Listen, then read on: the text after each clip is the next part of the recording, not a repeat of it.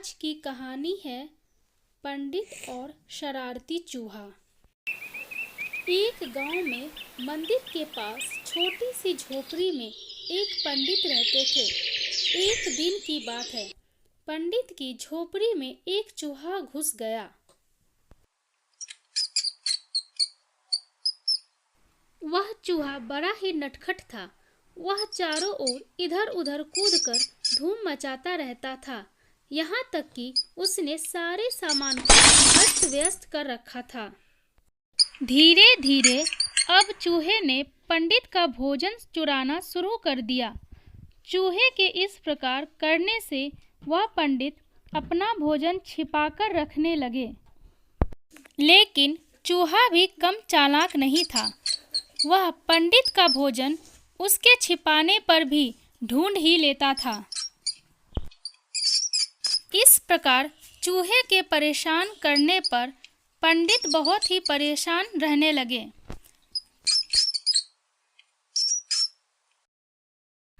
पंडित को कुछ समझ नहीं आ रहा था कि वह क्या करे, इस चूहे से कैसे छुटकारा मिले।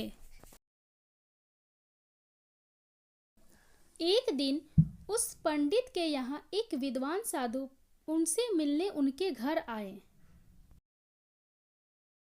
पंडित ने एक डंडी पकड़ी हुई थी ताकि वह चूहे को मार सके। बातचीत के दौरान साधु ने देखा कि पंडित का ध्यान उसकी बातों में नहीं है।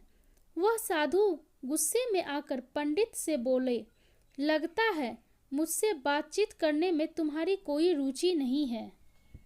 तुम किसी अन्य ख्यालों में व्यस्त लगते हो, इसलिए मुझे यहाँ से चले जाना चाहिए। इस प्रकार साधु के कहने पर पंडित ने उनसे माफी मांगी और उस चूहे के बारे में बताया और बोला, देखो उस चूहे को, मैं भोजन की मटकी कितनी भी ऊपर रख दूं, वह हमेशा उस भोजन तक पहुंच ही जाता है। इस चूहे ने मुझे कई दिनों से परेशान कर रखा है। साधु को पंडित की परेशानी समझ आ गई। उसने पंडित से विनम्र भाव में कहा, चूहा इतना ऊंचा इसलिए कूद सकता है क्योंकि वह बहुत ताकतवर और आत्मविश्वासी है। जरूर उसने कहीं भोजन इकट्ठा करके रखा होगा, हमें वह जगह ढूंढनी होगी। फिर दोनों ने मिलकर चूहे का पीछा किया और उसके बिल का पता लगा लिया। उन्होंने वहां बिल को खोदकर सारा खाना हटा दिया। खाना न होने के कारण चूहा कमजोर हो गया।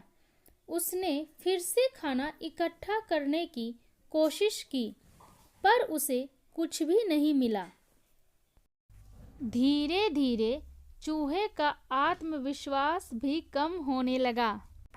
उसने फिर झोपड़ी में घुसकर मटके से खाना चुराने की कोशिश करने लगा, पर इस बार वह ऊपर तक छलांग नहीं लगा सका और पंडित ने उसे डंडे से गिरा दिया।